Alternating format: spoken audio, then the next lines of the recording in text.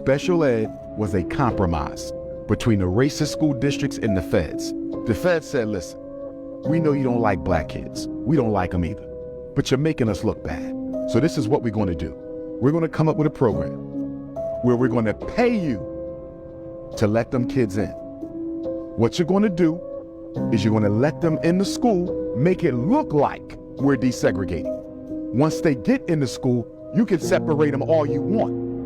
As long as it looks like they're integrated, we're fine. So the school district said, well, what if we don't want them at all? Federal government said, if you don't take them, we're going to cut off any federal money you're getting. But if you take them, we're going to let you legally resegregate once you let them inside. But you're not going to do this based on race. We're going to give you some disabilities. We're going to give you a reading disability. We're going to give you a math disability. We're going to give you emotional disturbance. We're going to give you intellectual disability. Use these. Have the school psychologist evaluate and label them, and now you can separate them from white kids forever.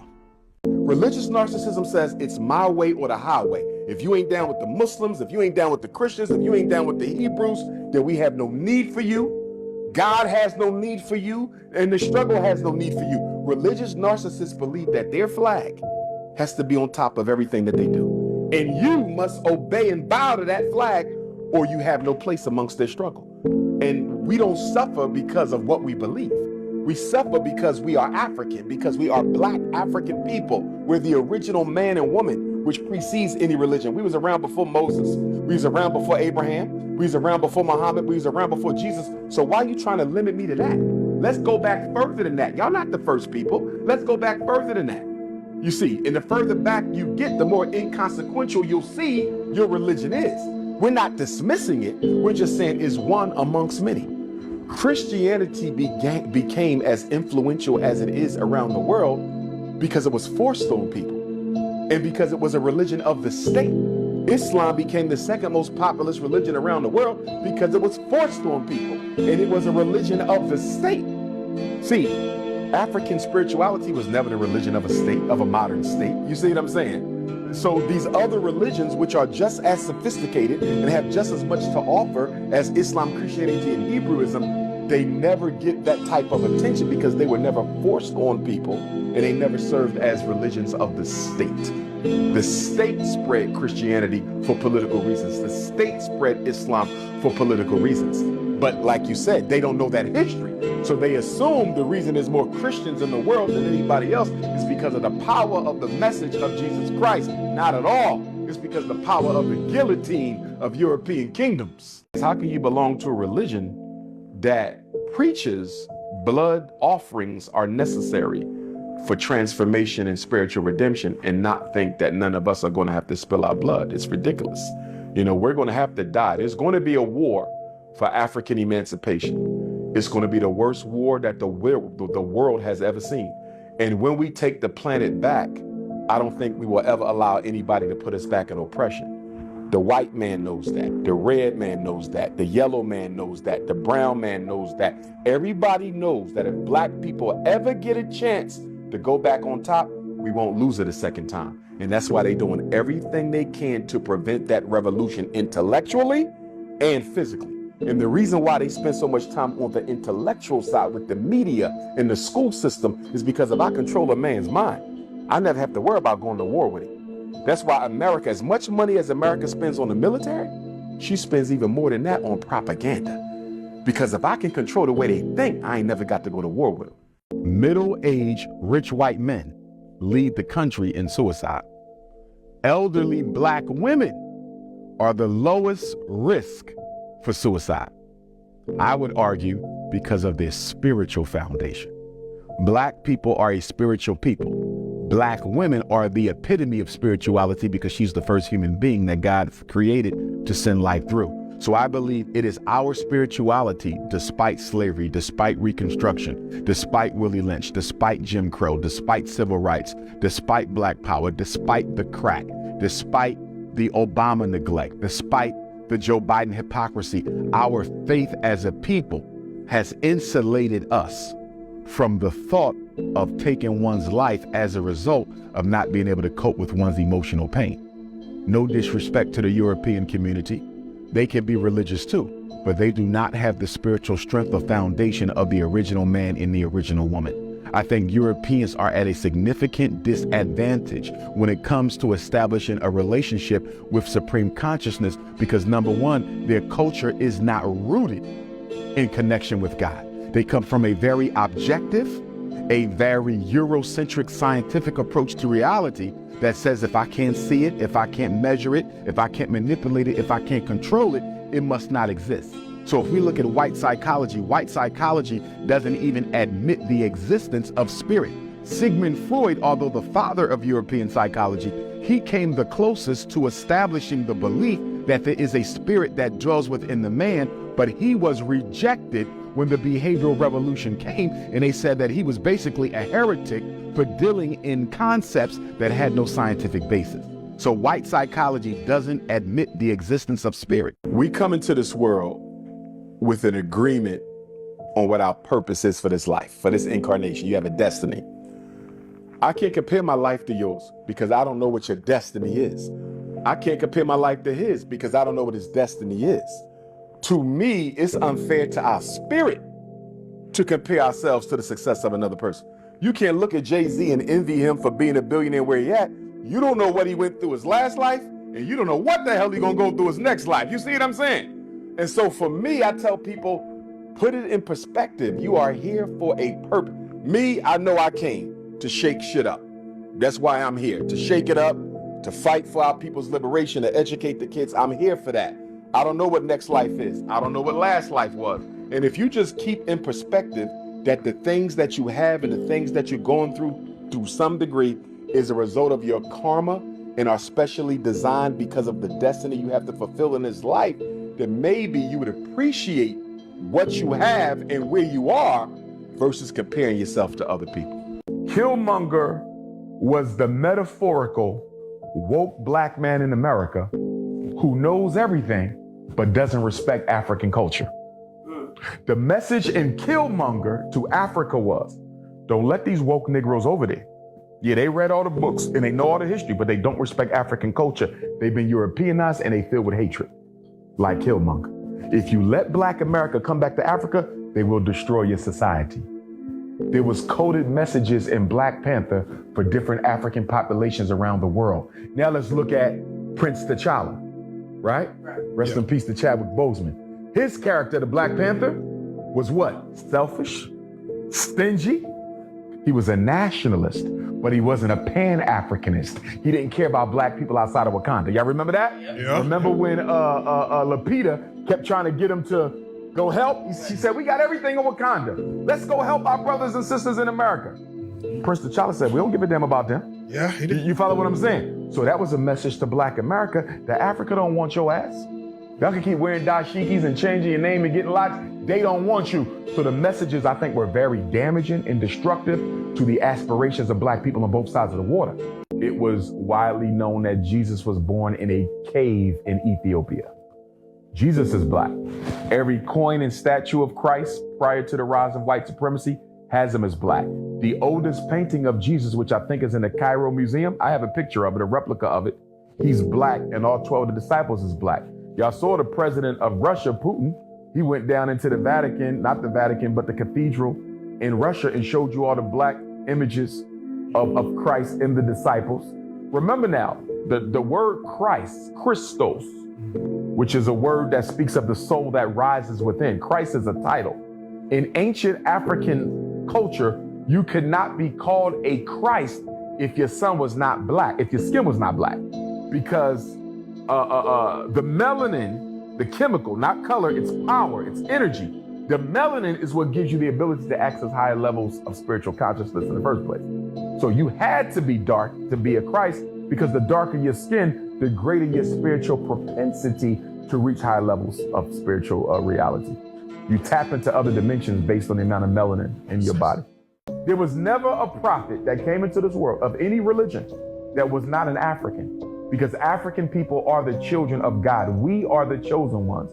Being chosen has nothing to do with being a Hebrew. It has nothing to do with being Muslim. It got nothing to do with being Jehovah's Witness or a Christian, none of that. Being chosen is being God's original people, and that is the African. We're the black, we're the color of the black soil, which is the richest soil in the world. Why do judges wear black robes? Why do you put on a black robe when you graduate? Because blackness is divine, it is divinity. So if they get you to tap out of your blackness, you tap out of your divinity. The biggest scam being ran on black people is color don't matter. You know why it don't matter? Because they don't have it. Remember, every other race comes from you. You're the only race who comes from God. Your DNA goes to God. There's no race that can say black people came from us. But guess what? Everybody has to say that about you. Everybody came from the black man. The first ancestor in China, black. First ancestor in India, black. First ancestor in Russia, black. Show me a people who don't have Africans as their ancestors. Now show me a people who can claim that they are the ancestors of the Africans. Nobody. We are the chosen ones. But we got to tap back into our blackness. Your blackness is your birthright. If you don't have melanin, then you can't access God? Well, first of all, everybody has melanin. Okay. They just have a very small amount of it. We have the highest amount. Can they access? Yes, but not as quickly, not as efficiently, and not as powerfully as you can. You feel me? A black person tapped into their spirituality is God incarnate. And see, I understand why the snow bunnies are attracted to black men. Because on a spiritual plane, the white man, he can't take them where you can take them spiritually. Also, in terms, the first law of existence or survival is self-preservation. So the white woman will be attracted to a black man she hates. You got white women who hate black people, but she feels drawn to the black man. Like, why do I want to copulate? I don't even like black people. Because on a subconscious level, your ancestors are screaming out, go get some of that black DNA before your ass no longer exists. Remember now, in America right now, what do we have? 25 of the 50 states have a white zero growth population rate. Right now, 25 states have more white people joining their ancestors than being born. And I don't wish that on nobody, you understand? But my point is, they're struggling to survive. They're already the world's minority. They're about to become a super minority. And that's why they need your DNA to give them an energy boost so they can survive a couple more generations. Superman is the children's version of the Christian church. You go to church, there's a white savior. You go to the Superman movie, there's a white savior. What's the difference? Why is it okay to worship a white man on Sunday, but it's not okay to worship a white man on Saturday at the movie theater? And you know what's crazy about all these white superheroes? Guess where they come from? They were all plagiarized from African divinities. Aquaman is Olokun. In the Yoruba pantheon, Olokun is the male spirit that owns all the water. Halle Berry's Storm, that is a divinity known as Oya. She's my mother in the spiritual world. She's the Empress of the Winds. She's responsible for revolutionary change. Wolverine is Ogun. Incredible Hulk is Ogun. Thor is Shango. Superman is Shango. Charles Xavier is Obatala. They took our divinities of the African pantheon and turned them into superheroes. We will let our children worship the artificial white superhero and never tell them about the real life African spirit that it was stolen from. No matter what your religion is, no matter what flag you pledge loyalty to, no matter what God you worship, no matter what language you speak, we are all members of a single human family created by the Almighty. Remember, God only made the black man. Mother Nature made everybody else from us. We are the only people whose DNA goes to God. The black woman is the only woman who walks the earth with the mitochondrial DNA of the original woman that God first put on earth. The red people, the white people, the yellow people, the brown people, they all come from us. The black woman is the mother of humanity and the black man is the father. But ask yourself, if we are the beginning and if we are the mothers and fathers, how in the hell did we become the followers of everybody else? We are imitators now. We ain't the originators. Our girls walking around with blonde weaves. Black men thirsting for white women. We want to imitate whites. How did the last become first? And the first become last. And it is our destiny. God has given us a charge to put the first back in first place and the last back in last place. Why you think they released Black Panther 1? Okay. And I'm a Ryan Coogler fan, but you know that there's a congressional committee that oversees Hollywood. That's great. And they pay the movie producers to inject content into the movies that pushes America's global agenda. Look at the black, you saw Panther 1. I saw it. Killmonger, which is really Dr. Umar, that's me. They just didn't give me the name. And I say that because he quoted me verbatim at least 3 times in the movie. Okay? So you got Killmonger over here. You got Prince T'Challa, rest in peace, Chadwick Boseman over here. Killmonger represented black conscious men in America. That's correct. T'Challa represented black leaders in Africa. What was the message? The message was, don't let them black Americans over here, even though they know their history, they so full of hate, they'll destroy your culture. What did Killmonger do when he got to Wakanda? Destroyed everything. Killed an elder, smacked a sister, you feel me? So the message to Africa was, leave them black Americans alone, they'll destroy your culture. Look on the flip side. Prince T'Challa said, I'm only concerned about Wakanda. Remember that? That's correct. Lapita said, we got black people all over the world. He said, that ain't my problem. This is all I care about. He ain't cared nothing about Africans in the diaspora. So the message to black America was, Africans don't want you, stay where you are. You see that? And then who was the hero in the movie? CIA. A CIA agent. How can a CIA agent be a hero in a black superhero movie? Who killed Malcolm X? Who killed Patrice Lumumba? So Black Panther 1 was a propaganda film. They made Ryan Coogler put that in there. Even if they even went to him, they might have went over his head. Joe Biden legalized Juneteenth 3 years ago. You know why he did it? Because he was giving other groups resources. He didn't give black people no resource. So he said, I'm gonna give you a holiday in exchange for the resource. But the real reason he gave Juneteenth was to kill Juneteenth. Whenever the federal government adopts a black holiday, they steal all the value of it. Remember before they started celebrating Black History Month, mainstream, we valued Black History Month. You got 28 days of programming in Cleveland 30 years ago. You probably don't even hear about Black History Month in February in Cleveland now. Look at Kwanzaa. 30 years ago, Kwanzaa was serious, 7 nights.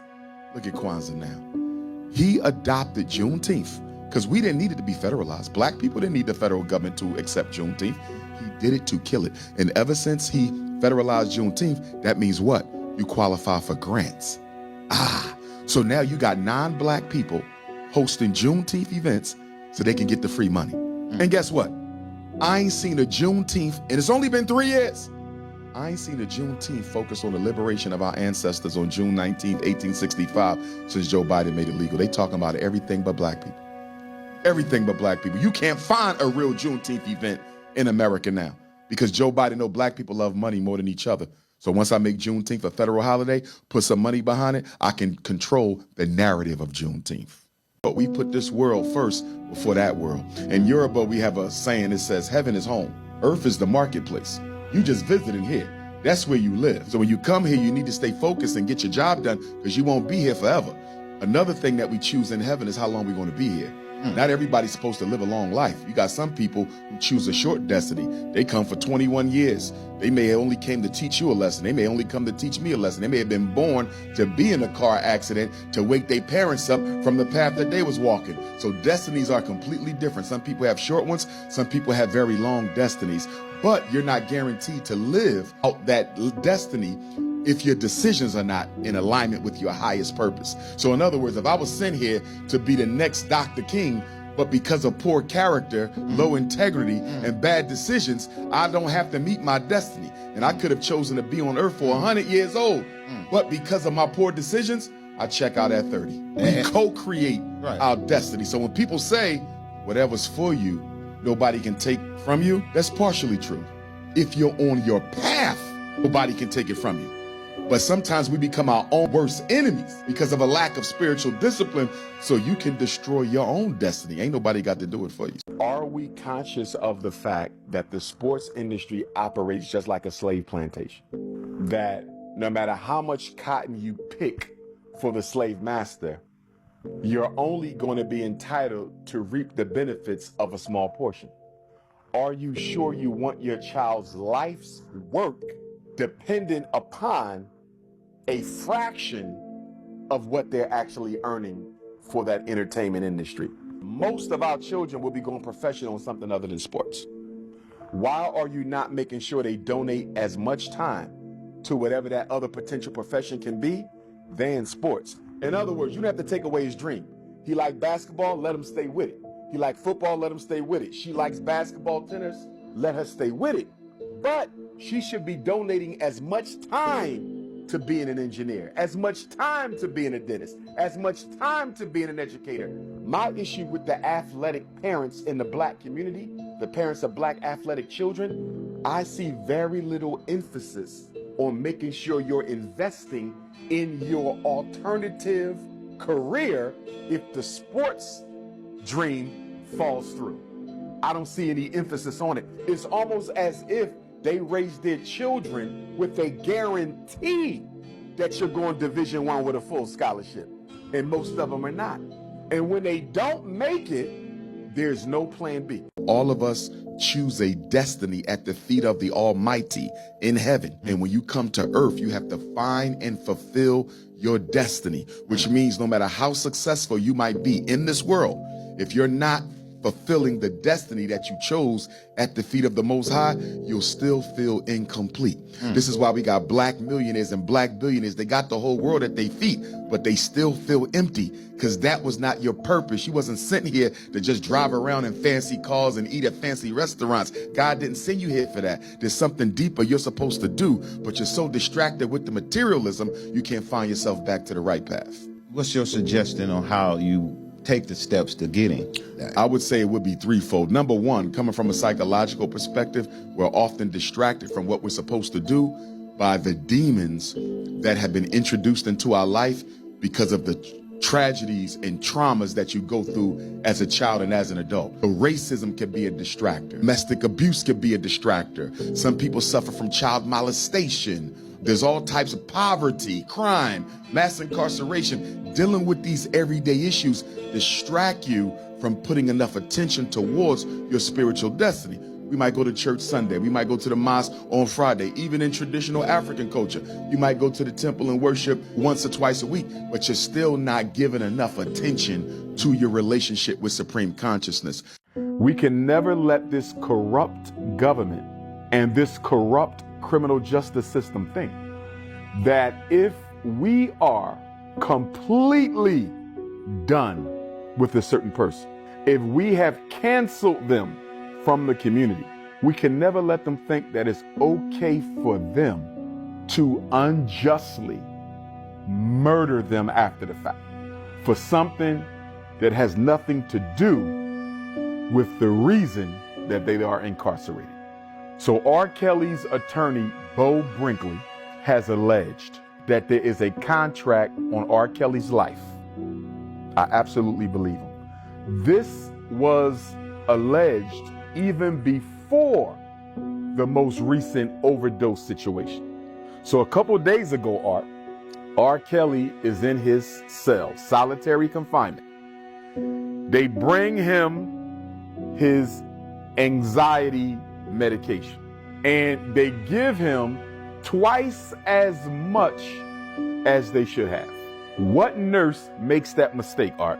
Especially when it's already been put out there that the Bureau of Prisons and the U.S. attorneys and the Department of Justice are trying to take this man's life. What, is that a coincidence? I don't believe it is. The only time we stand up is when white people make us upset. And if the only time you're going to do something for yourself is when your enemy provokes you, then your enemy controls your destiny. Why don't we build? Because you got to have love to do that. There's not enough love amongst us to do what's right before something wrong happens. Why is that? The self-hatred. I think it's also the psychological hopelessness, and I think it's also the helplessness. Black people have been suffering so long, so hard, that a lot of us, despite our profession of faith in the Almighty, a lot of us have psychologically checked out of the freedom struggle. We might celebrate Kwanzaa, we might celebrate Black history, but guess what? Deep down inside, we don't think we can ever overcome white supremacy. which is why if we're really going to organize, if you take Ohio, if you're really going to organize Cleveland, Youngstown, Cincinnati, Columbus, Akron, Dayton, you got to separate those who profess to want freedom from those who genuinely are willing to fight and struggle for it, because a lot of us has given up. If Dr. King lived today, I'm not sure he would have the impact. If the Honorable Marcus Garvey was here, I'm not sure he would have the impact. If Medgar Evers was here, who died today, by the way, Medgar Evers was assassinated June 12th. If he was here, I'm not sure if he could get our people together, because you got to have the movement and you got to have the messenger. All great movements, you had the leader, but the people were ready. No matter how good the leader is, if the people not ready, he can't move them. What movie you know about Africa and you don't see no black love in it? You don't see no woman with a child. You didn't see a single woman with a child in Black Panther. Because they have a gay agenda for Africa. Remember, Barack Obama and Kamala Harris went to Africa telling African heads of state that if you don't make gay marriage legal, you're going to cut off all your financial. That was a whole big old thing on that. But it's not homosexuality for the purpose of homosexuality. It's homosexuality for the purpose of stopping reproduction. Have you ever heard of Global 2000? No. Global 2000 was a presidential initiative. I think it was signed by Jimmy Carter, who was a CFR, Council on Foreign Relations, Jimmy Carter, which means Rockefeller. They wanted to reduce the global population of African people down to about 500 million by the year 2000. They didn't get it. That's why they came up with COVID, poor health care, mass incarceration, and the LGBTQ weapon. The reason they're teaching that stuff to our kids has nothing to do with homosexuality. It's birth control. Birth control. If I teach black boys to only date black boys, and if I teach black girls to only date black girls, no more black people. Checkmate. White people came to Africa, British and Dutch. They robbed, killed, genocided, and enslaved our people in Southern Africa. They took the land, they stole it, never paid for it. Even though apartheid fell April of 1994 under Nelson Mandela, nothing changed. The same people who controlled the mines then control them now. Most of South Africa's wealth was in the hands of white people then. Most of South Africa's wealth is in the hands of white people now. There was no redistribution of the wealth. There was no redistribution of the wealth. The South African government barely owns a mine. You see that? The governments are only what? A functionary for white corporate power. Now, why do you So them taking their land back, it's theirs anyway. You stole it. That's correct. See, I'll be in South Africa next month for the Ethiopian World Federation conference. Ethiopian World Federation was founded when Mussolini invaded Haile Selassie's Ethiopia. Okay. And so black people in America said, we will go to Ethiopia and fight, because at the time, Ethiopia was the only African country that had never been colonized. So black America said, because Pan Africanism was born here. Pan Africanism don't come from Africa. We took it there. We are the mothers and fathers of Pan Africanism. And so the Pan Africanists said, I'll go to Ethiopia and fight. But the president of the United States would not let black people go to Ethiopia and fight. So they created the Ethiopian World Federation to support Ethiopia as much as they could. And that organization still exists today. So the next conference is in South Africa at the middle of next month, and I'll be keynoting that. We live in a cloud of sin. And that cloud of sin that we live in is blocking any blessings from the Almighty. Your prayers can't even get out. The frequency ain't strong enough. The angels can't even take them up there, because you engulfed in your own hypocrisy. And until black America break through that cloud, ain't none of your players going up to God. God ain't thinking about black folks. Every problem we got was imposed by us. God didn't create we praying to God for better schools, while we spend $30 billion on weaves, perms, and beauty products. You think God gonna answer you? We praying for an end of crime in the black community, but we ain't creating no institutions and creating no jobs. Here's the science of prayer. You don't pray for your problems to go away. You pray that God gives you the wisdom, the resources, and the energy to solve your own damn problems. We asking God to do for us what we should be doing for ourselves. The only thing we need from our Father is the energy and the wisdom. The rest is ours.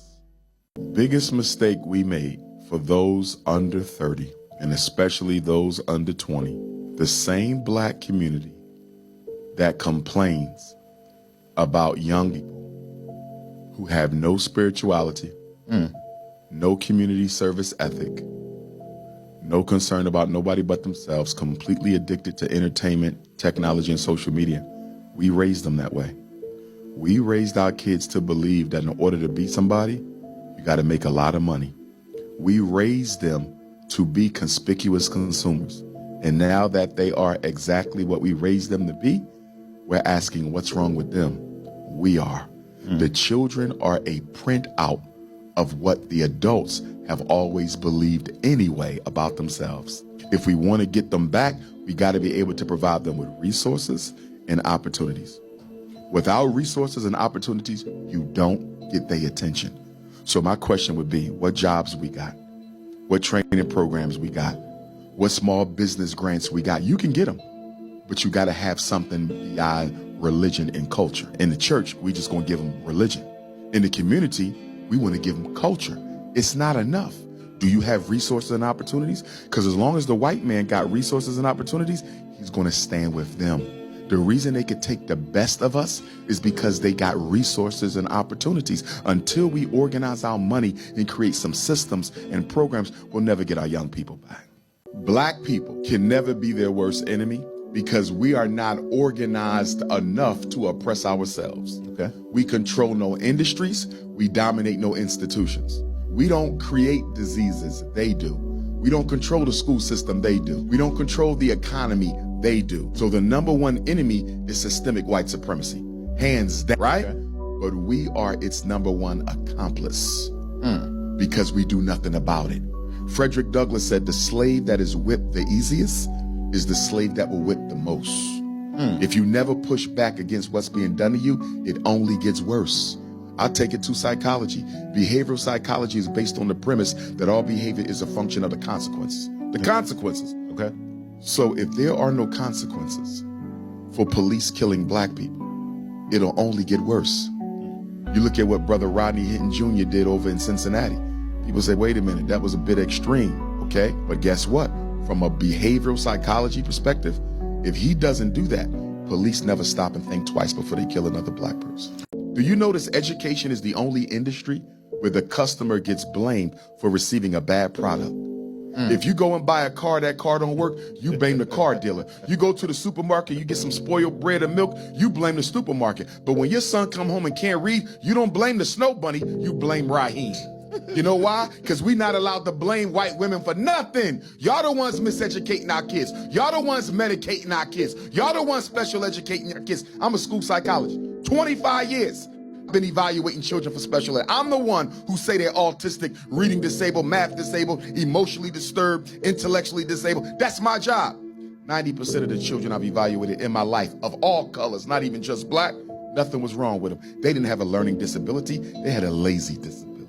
Primary blame, the system. Secondary blame, the community. The reason the community is to blame is we are too easy to co-sign the miseducation agenda. We are too easy to go along with the school to prison pipeline. Somebody call you up and say, yeah, your kindergartner can't read. We think he need an IEP, incarceration education preparation. Why would you let them evaluate your 6-year-old son? The white teacher says she think he can't read. So you just gonna go along with it? How about you try a tutor first? First of all, most of our kids in special ed never needed special ed. All they needed was extra help.